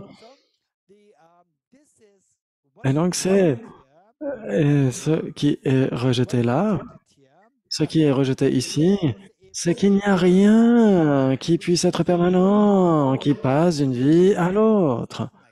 Il n'y a rien de cela. Par exemple, ces exemples, et non, vous auriez un petit peu une forme d'inconfort dans votre esprit. En disant, mais si on passe d'une vie à l'autre, etc., mais qu'il n'y a rien qui passe d'une vie à l'autre, etc., pour être un peu effrayé, c'est très inconfortable. Et si vous avez cela qui vient, vous êtes dans la bonne direction vers la compréhension de la vacuité, c'est tellement précieux. Et donc, vous devez étudier la vacuité et vous allez comprendre quelque chose. Et donc, à un moment donné, ça peut être extrêmement choquant. Et heureusement, si vous, bien sûr que cela va prendre beaucoup de temps, cette compréhension de la vacuité. Donc, vous devez avoir l'esprit qui doit s'habituer à cela. Il n'y a rien qui soit là objectivement réel. C'est juste une imputation mentale. Et il y a la causalité qui fonctionne de manière si infaillible. Et donc, c'est comme ça que vous verrez que la fonctionnalité est tout à fait possible au sein de la vacuité de l'existence objective.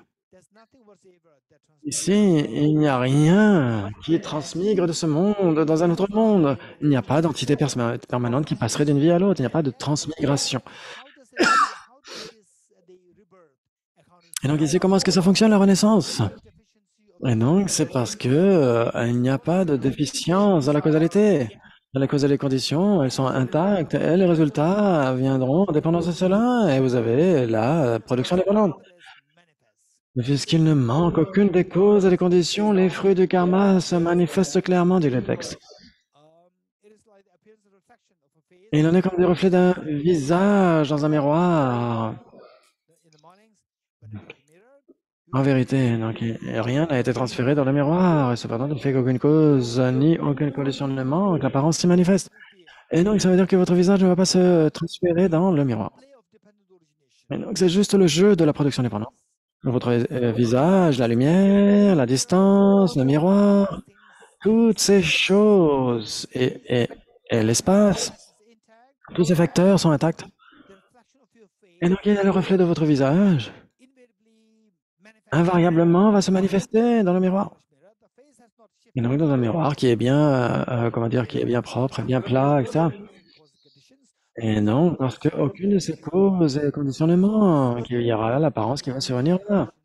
Et donc, c'est comme ça que la renaissance est possible. Il n'y a rien qui puisse être effectivement réel là, mais grâce à la simple réunion des causes et des conditions, vous avez le résultat qui survient.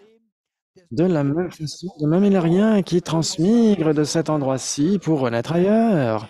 Et c'est uniquement parce qu'il ne manque aucune des causes ni des conditions que les fruits des karmas se manifestent.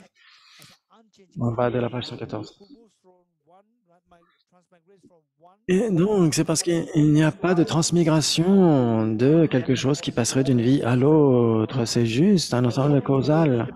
Et donc, les causes et les conditions sont présentes et il y a les résultats karmiques qui se manifestent. Et donc, exactement, il en est comme le disque de la Lune, page 115. Il en est comme du disque de la Lune qui erre à plus de 42 000 lieues, dont pourtant on voit le reflet dans un plan d'eau. Et donc, la distance ici entre la planète Terre et la Lune, ça semble être 42 000 lieues, mais 300... 340 000 kilomètres. À peu près, un petit peu plus. Entre la Terre et la Lune. Et donc, ici, il y en a de grands disques de la Lune qui errent à plus de 340 000 kilomètres. Donc, pourtant, on voit le reflet sur un plan d'eau. La distance entre la planète Terre et la Lune. Et la Lune ne va pas traverser cette distance pour se poser sur la surface de l'eau.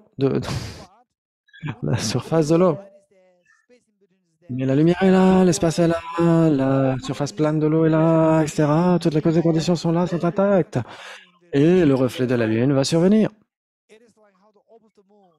Voilà, c'est comme ça. Il a le corps comme le disque de Lune. Hier, à plus de 340 000 km. Donc, pourtant, on voit le reflet sur un plan d'eau. En vérité, le disque de Lune ne s'est point transféré de son lieu céleste pour aller se loger dans le plan d'eau. Et donc là, la Lune n'a pas traversé les 340 000 km pour venir sur la surface du plan d'eau. Non, pas du tout. Ce n'est pas que la Lune bougerait de sa position et viendrait sur la surface du plan d'eau. Mais c'est parce qu'aucune cause ni aucune condition ne manque que le disque de Lune apparaît ainsi. De même, il n'est véritablement personne qui transmigre à la mort et renaisse ailleurs, mais c'est uniquement parce qu'il ne manque aucune des causes et conditions que les fruits du karma se manifestent. Il en est comme du feu qui ne flamboie pas lorsque toutes les causes et les conditions ne sont pas réunies. C'est grâce à la combinaison des causes et des conditions qui flamboient. Il en va de même pour la graine de la conscience qui n'a pas de propriétaire, ni d'appartenance, qui est sans prise, sans appréhension. Pareil au ciel et présente les caractéristiques d'une illusion, pareil à l'espace. Du fait qu'aucune des causes et des conditions humaines développées par les affections en son lieu de naissance, la matrice maternelle produira la manifestation de la pousse, du nom et de la forme. Donc, comme on l'a dit, il n'y a personne qui vous possède. Il n'y a aucun possesseur ici dans les productions dépendantes. Donc, tout ce que vous voyez comme étant une personne, oh, mais je me sens tellement proche de cette personne est tellement bonne à mon égard. Et vous vous rapprochez. Et qu'est-ce que vous voyez? Vous voyez des atomes. Au niveau atomique, cette personne qui vous apparaît tellement bonne, n'apparaît plus. Mais il n'y a plus rien à saisir de ce point de vue-là. Et donc, sans appréhension et sans saisie, donc semblable à l'espace. Ça veut dire que quand vous vous rapprochez de l'objet, vous voyez qu'un amas d'atomes, à une certaine distance, vous voyez une personne, des fleurs, etc., ceci et cela. Mais vous vous rapprochez de l'objet et vous voyez que ce n'est plus cela, c'est comme dans un rêve ou comme un arc-en-ciel qui vous apparaît tellement beau à une certaine distance, vous vous rapprochez de l'objet et il disparaît. So,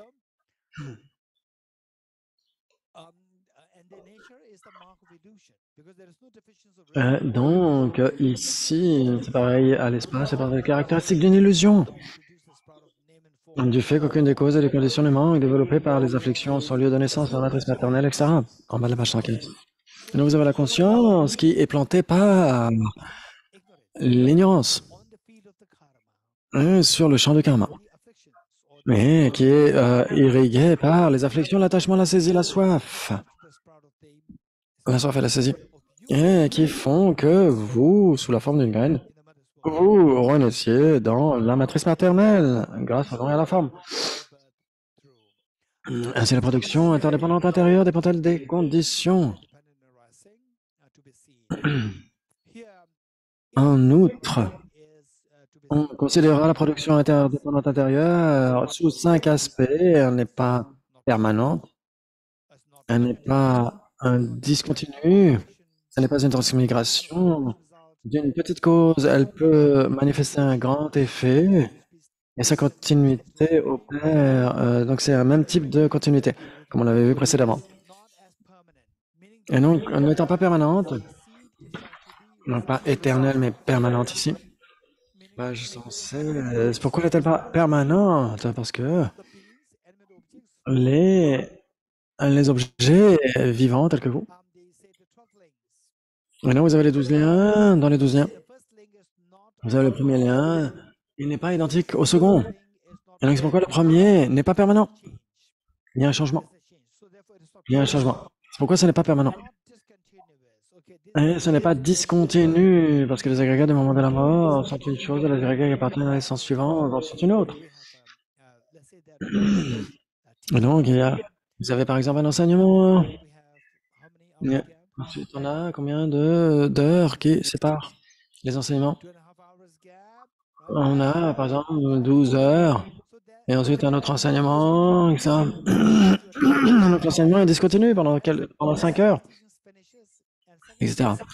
Et donc, vous avez l'enseignement et ensuite un autre enseignement, et ils sont séparés. Et donc, si vous avez un enseignement qui est suivi d'un autre immédiatement après, c'est discontinu. Et donc, c'est pourquoi vous avez le premier lien, le deuxième lien. Il n'y a pas d'intervalle entre les deux, même s'ils ne sont pas les mêmes. Il y a le même continuum. Ça veut dire que le premier engendre le second. Il n'y a pas de discontinuité.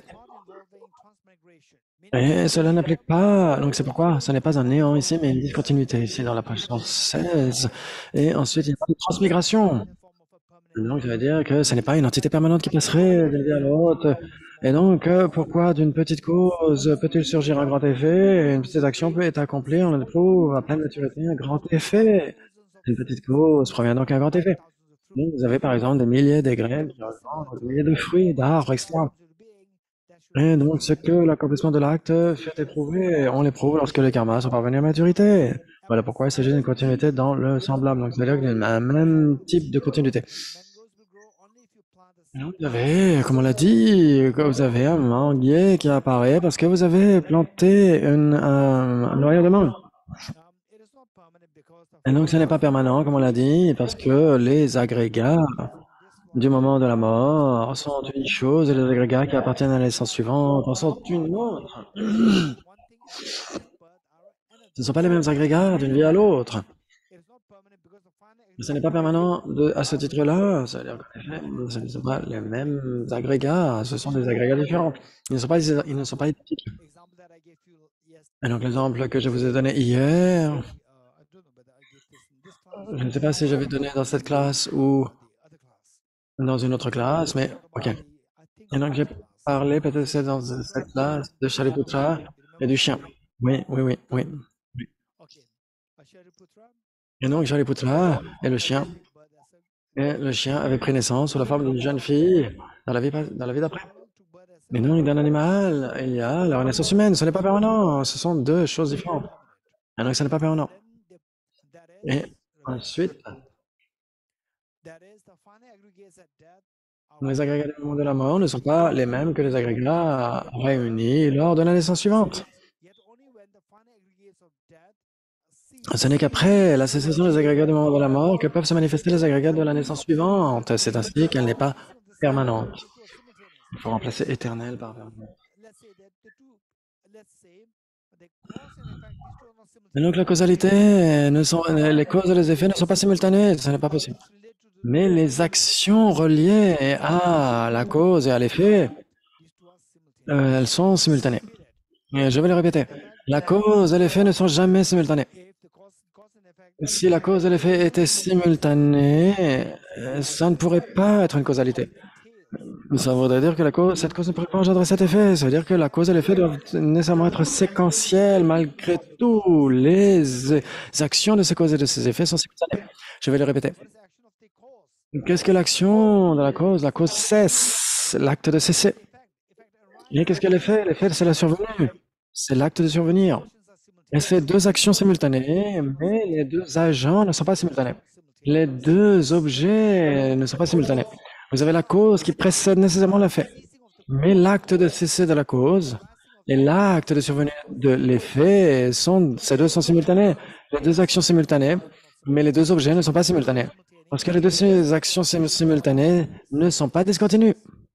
Ensuite, pourquoi est-ce que ce n'est pas discontinu au lieu de dire un néant ici? Ce n'est pas à cause de la cessation des précédents agrégats d'un moment de la mort que surgissent ces agrégats appartenant à la naissance suivante, mais ce n'est pas non plus à cause de leur non-cessation. Donc la naissance de la prochaine vie et la mort de la vie d'avant. Ici, Arya Maitreya nous enseigne ici que ce n'est pas non plus dû à leur non-cessation.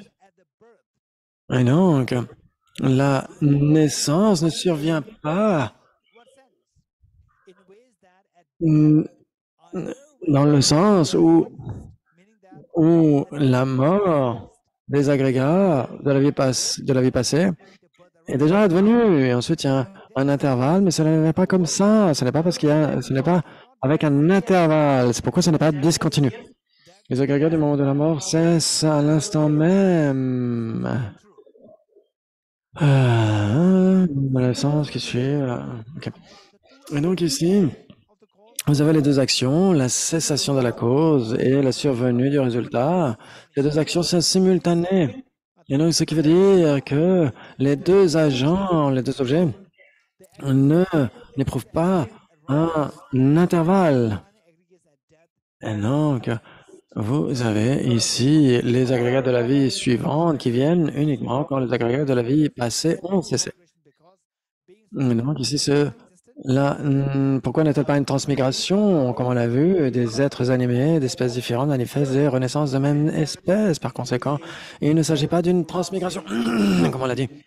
Comme on l'a dit, le chien, l'existence d'une autre classe, c'était dans la classe animale, et ensuite c'est devenu une jeune fille, un être humain, dans la vie d'après. Et donc ce n'est pas le même objet, ce n'est pas un objet, un chien qui viendrait sous forme de chien, etc. Ce n'est pas permanent. Il n'y a pas d'agent permanent, c'est pourquoi il n'y a pas de transmigration. Donc, pourquoi n'est-elle pas une transmigration de naissance des êtres animés d'espèces différentes, etc. manifestent des renaissances de la même espèce dans le cas des transmigrations. Or, par conséquent, il ne s'agit pas de cela. Pourquoi, d'une petite cause, peut-il surgir un grand effet? Pour la production interne, production dépendante interne, et donc on doit être très très prudent dans notre vie. On doit être extrêmement prudent, en particulier, je dirais, vous et moi, nous tous, on devrait être extrêmement prudents de ne pas s'engager dans la colère, de ne pas se laisser aller, principalement la colère, parce que avec la colère, tous les karmas négatifs vont s'écouler de cela. Avec la colère, on va dire par exemple que vous dites quelque chose simplement parce que ce que vous avez dans l'esprit, votre souhait n'est pas exaucé et vous allez montrer de la colère à quelqu'un. Et vous allez Cela peut être, avoir différents degrés. Some can be so severe. À certains moments, ça peut être tellement sévère. Un abus de pouvoir, par exemple. Involved in mass killing. Ça peut impliquer des massacres de masse, etc. Donc c'est tellement triste. Et dans certains cas, on peut vraiment être très mauvais dans nos mots. On peut avoir tellement de colère que on va prononcer des mots extrêmement blessants. Par exemple, si vous dites que vous dites quelqu'un de mauvais à quelqu'un, à des bodhisattvas, par exemple, des bodhisattvas de haut niveau, et non, quelle chose stupide vous êtes en train de faire, vous dire, par exemple, vous allez dire cela.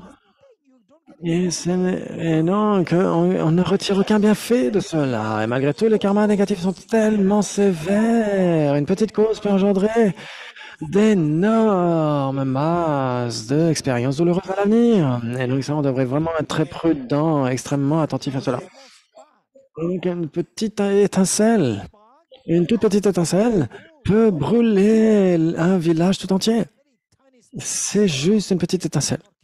Et malgré tout, si on n'est pas prudent, elle peut brûler l'ensemble d'un village, une ville tout entière. Et donc, on dit qu'une toute petite cause, et donc, pourquoi d'une petite cause peut-il surgir un grand effet? Une petite action est accomplie à pleine maturité un grand effet. Donc, le véritable ennemi, c'est notre colère, notre propre colère. Pourquoi est-ce que c'est un ennemi? Un ennemi, c'est ce qui vous apporte de la souffrance, c'est qui vous apporte de le malheur, les karmas négatifs. Qu'est-ce qui crée les karmas négatifs? Principalement la colère. Et donc, on doit être très, très attentif à contrôler notre colère. C'est tellement, tellement important. Et quand on est en colère, on peut dire n'importe quoi contre les Bouddhas, les Bodhisattvas. Et là, c'est terminé. Quand vous êtes en colère aujourd'hui, pourquoi? Je veux que cette personne a dit quelque chose de mauvais. Et donc cette personne, elle est associée au Bouddha, au Bodhisattva. Et cette personne, elle est du côté du Bouddha, Bodhisattva. Et donc je suis contre les Bouddhas, le Bodhisattva. Et donc vous allez dire des choses tellement horribles. Et vous n'en retirez rien encore de cette existence.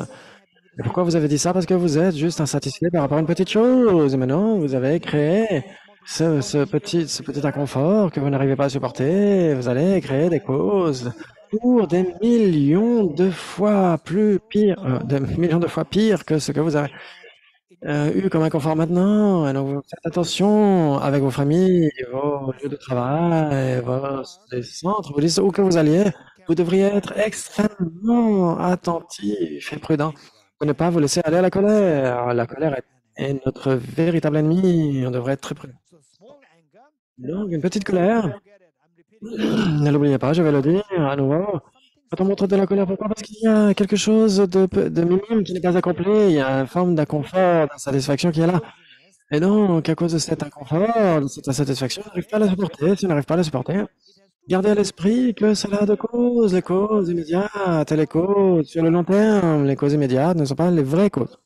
Les causes immédiates, la personne ou qui que ce soit qui est impliqué là, mais les causes sur le long terme, ce sont vos karmas négatifs issus du passé.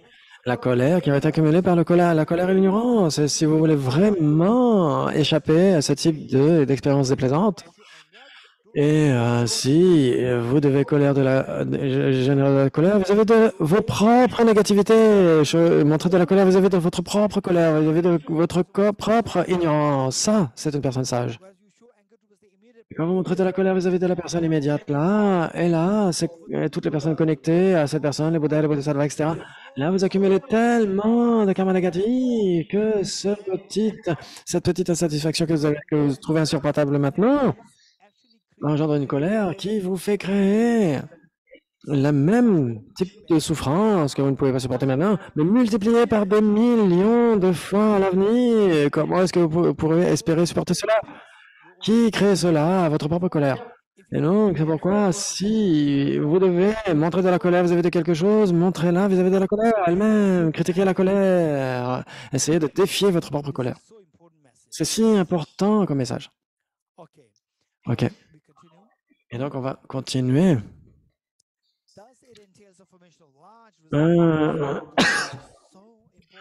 Et donc, c'est pourquoi on éprouve un effet, un grand effet à partir d'une petite cause.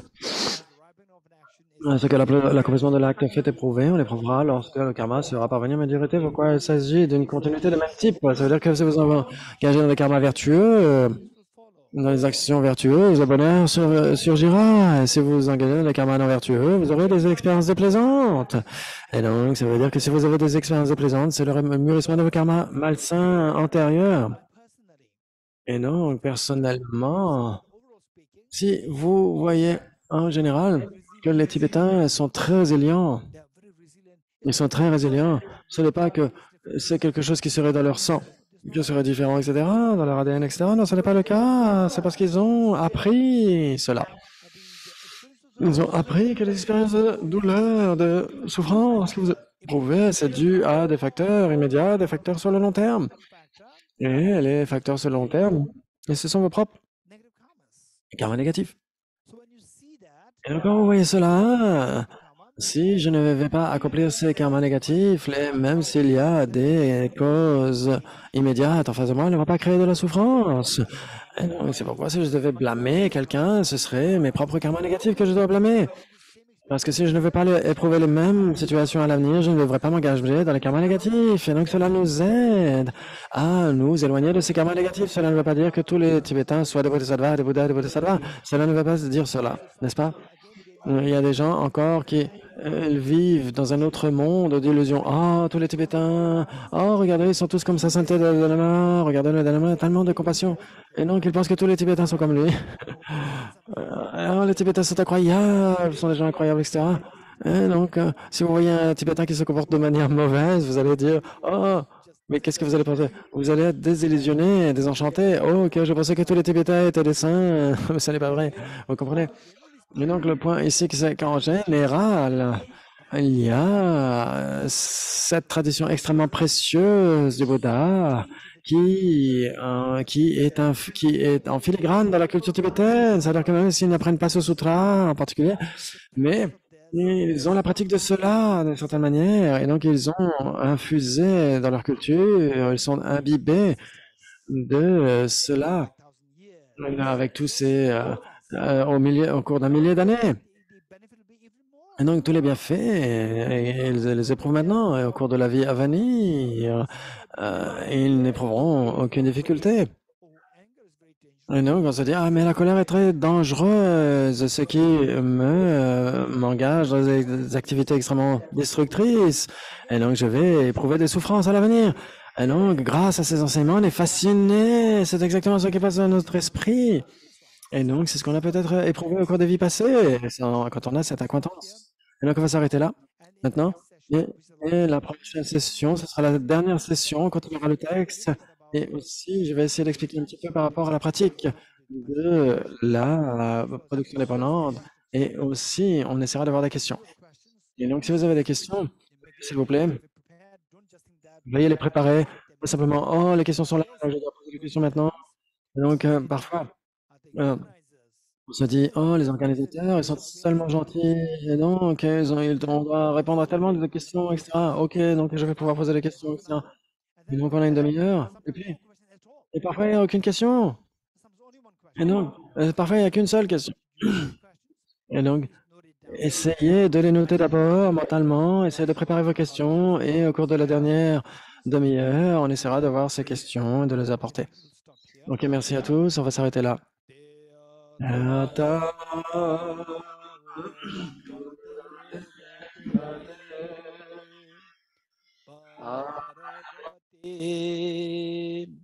Parasamgate bodhiswatyata Om gate gate paragate